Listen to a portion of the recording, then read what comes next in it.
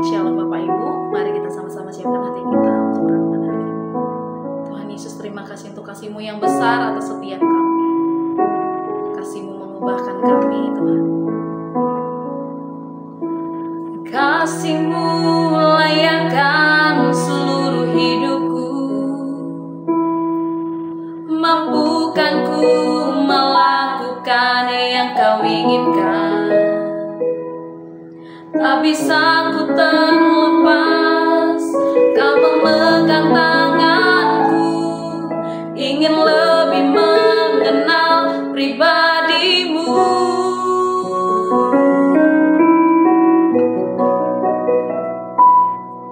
Ku terhubung denganmu, selalu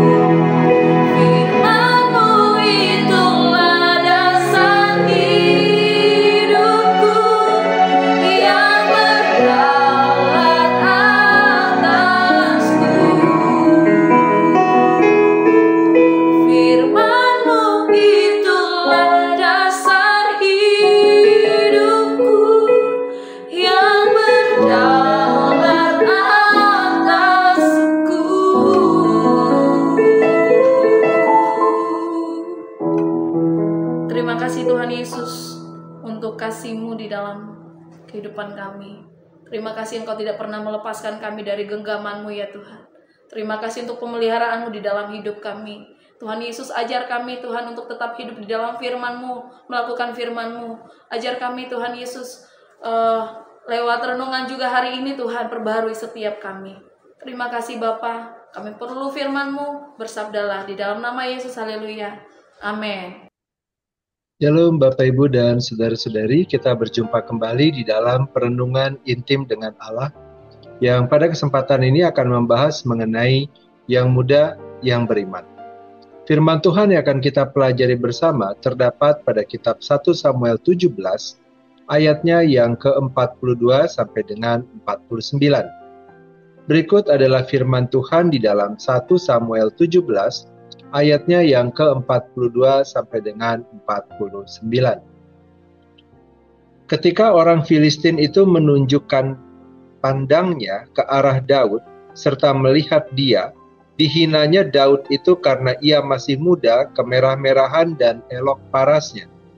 Orang Filistin itu berkata kepada Daud, "Anjingkah aku, maka engkau mendatangi aku dengan tongkat?" Lalu demi para allahnya orang Filistin itu mengutuki Daud. Pula orang Filistin itu berkata kepada Daud, "Hadapilah aku, maka aku akan memberikan dagingmu kepada burung-burung di udara dan kepada binatang-binatang di padang." Tetapi Daud berkata kepada orang Filistin itu, "Engkau mendatangi aku dengan pedang dan tombak dan lembing, tetapi aku mendatangi engkau dengan nama Tuhan semesta alam, Allah segala barisan Israel yang kau tantang itu. Hari ini juga Tuhan akan menyerahkan engkau ke dalam tanganku, dan aku akan mengalahkan engkau dan memenggal kepalamu dari tubuhmu. Hari ini juga aku akan memberikan mayatmu dan mayat tentara orang Filistin kepada burung-burung di udara dan kepada binatang-binatang liar, supaya seluruh bumi tahu bahwa Israel mempunyai Allah, dan supaya segenap jemaah ini tahu bahwa Tuhan menyelamatkan bukan dengan pedang dan bukan dengan lembing, sebab di tangan Tuhanlah pertempuran, dan Ia pun menyerahkan kamu ke dalam tangan kami." Ketika orang Filistin itu bergerak maju untuk menemui Daud, maka segeralah Daud berlari ke barisan musuh untuk menemui orang Filistin itu.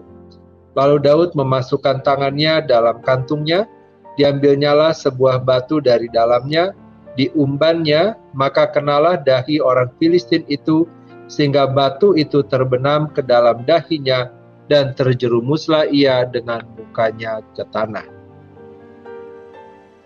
Bapak, Ibu, dan Saudara-saudari, 1 Samuel 17 ayat yang ke-42 sampai dengan 49 menceritakan kisah mengenai Daud dan Goliat, salah satu peristiwa yang terkenal di dalam Alkitab. Kisah ini tidak hanya menggambarkan kemenangan seorang pemuda yang tidak berpengalaman melawan seorang prajurit raksasa yang tangguh, tetapi lebih kepada memperlihatkan kuasa iman yang melampaui keterbatasan manusia. Kisah ini bukan hanya sekedar kisah sejarah, tetapi merupakan manifestasi kuasa Allah yang bekerja di dalam kelemahan manusia untuk memperlihatkan kekuatannya yang sempurna. Di dalam 1 Samuel 17 ayat 42 sampai 49 ini, iman yang ditunjukkan oleh Daud tidak hanya berbicara kepada generasi muda saat itu, tetapi juga generasi muda dan generasi yang lebih senior di masa kini. 1 Samuel 17 mengisahkan tentang konfrontasi antara bangsa Israel dan Filistin di lembah Ela. Goliat, seorang prajurit Filistin yang bertubuh besar, menantang pasukan Israel selama 40 hari, memprovokasi mereka untuk mengirimkan seorang petarung tunggal untuk melawannya. Pasukan Israel, termasuk Raja Saul, berada dalam ketakutan karena merasa tidak ada seorang pun yang mampu menghadapi Goliat. Disinilah Daud, seorang pemuda yang hanya seorang penggembala, memasuki panggung sejarah. Dia bukan bagian dari pasukan Israel dan tidak dilatih sebagai prajurit. Namun, kehadirannya di medan perang bukanlah kebetulan, melainkan bagian dari rencana Allah. Daud dengan berani menghadapi Goliat, bukan dengan kekuatan manusia, melainkan dengan iman kepada Allah yang hidup. Daud mengerti bahwa pertempuran ini bukanlah tentang kekuatan fisik, tetapi tentang kehormatan Allah dan kekuatannya yang melawan kekuatan manusia. Goliat mewakili dunia dengan segala kekuatan dan kebanggaannya, sementara Daud mewakili iman yang sederhana kepada Tuhan. Melalui tindakan Daud, Allah menunjukkan bahwa kemenangan bukanlah berdasarkan ukuran fisik atau keahlian militer, melainkan pada kuasa dan kedaulatannya. Bapak, Ibu, dan Saudara-saudari, kisah Daud dan Goliat memiliki relevansi yang mendalam bagi orang-orang percaya di setiap zaman, baik tua maupun muda. Generasi muda seringkali merasa diremehkan atau dianggap belum siap untuk menghadapi tantangan besar di dalam kehidupan. Sama seperti Daud yang diremehkan karena usianya, banyak anak muda hari ini yang mungkin merasakan tekanan untuk membuktikan diri mereka. Namun, seperti yang ditunjukkan dalam bagian firman ini, iman yang benar kepada Allah yang hidup adalah satu-satunya kualifikasi yang benar-benar diperlukan. Di tengah dunia yang seringkali menilai kita berdasarkan penampilan luar atau kemampuan manusiawi, kisah ini mengajarkan kepada generasi muda bahwa yang terpenting adalah hubungan mereka dengan Tuhan dan iman yang teguh kepadanya. seperti Daud yang bersandar sepenuhnya kepada Tuhan dan bukan kepada dirinya sendiri. Generasi muda dipanggil untuk menaruh kepercayaan mereka bukan kepada kecakapan atau prestasi mereka, tetapi pada kuasa dan kedaulatan Allah. Generasi tua, di sisi lain, mungkin menghadapi tekanan untuk terus relevan dalam dunia yang begitu cepat berubah. Namun penting untuk diingat bahwa relevansi di mata dunia bukanlah hal yang paling penting. Seperti Daud yang tidak terjebak dalam pemikiran taktis dan militer tradisional, tetapi lebih memilih untuk mengandalkan kehendak Tuhan. Generasi tua juga harus berpegang teguh pada nilai-nilai iman yang benar dan tetap menjadi saksi yang kuat dalam masyarakat. Bapak, Ibu, dan saudara-saudari, Daud tidak mencoba untuk melawan Goliat dengan cara yang sama seperti prajurit Israel lainnya yang mengenakan baju zirah dan membawa senjata berat. Sebaliknya, ia memilih untuk tetap setia kepada apa yang Tuhan telah ajarkan kepadanya. Melalui pengalaman hidupnya, generasi tua dipanggil untuk tetap setia pada firman Tuhan, bahkan ketika metode dan tren dunia berubah.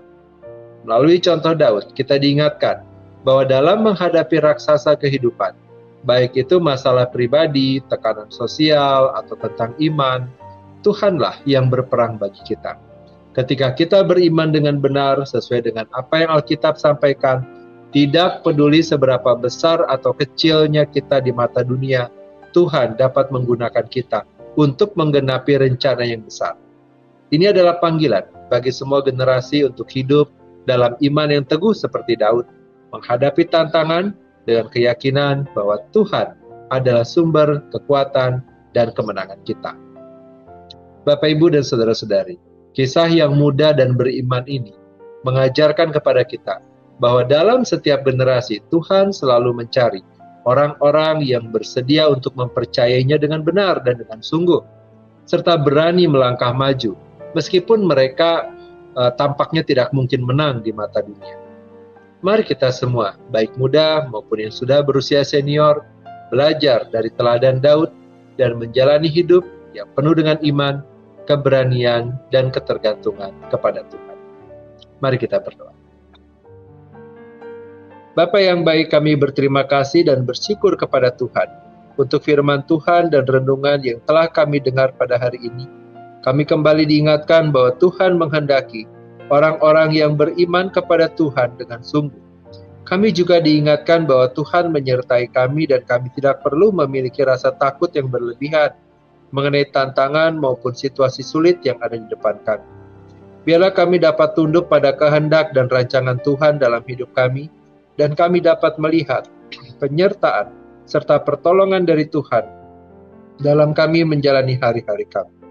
Kiranya hidup yang kami jalani di dalam kesementaraan ini adalah kehidupan yang dapat memuliakan Tuhan, dan hidup kami juga dapat menjadi saluran berkat bagi sesama.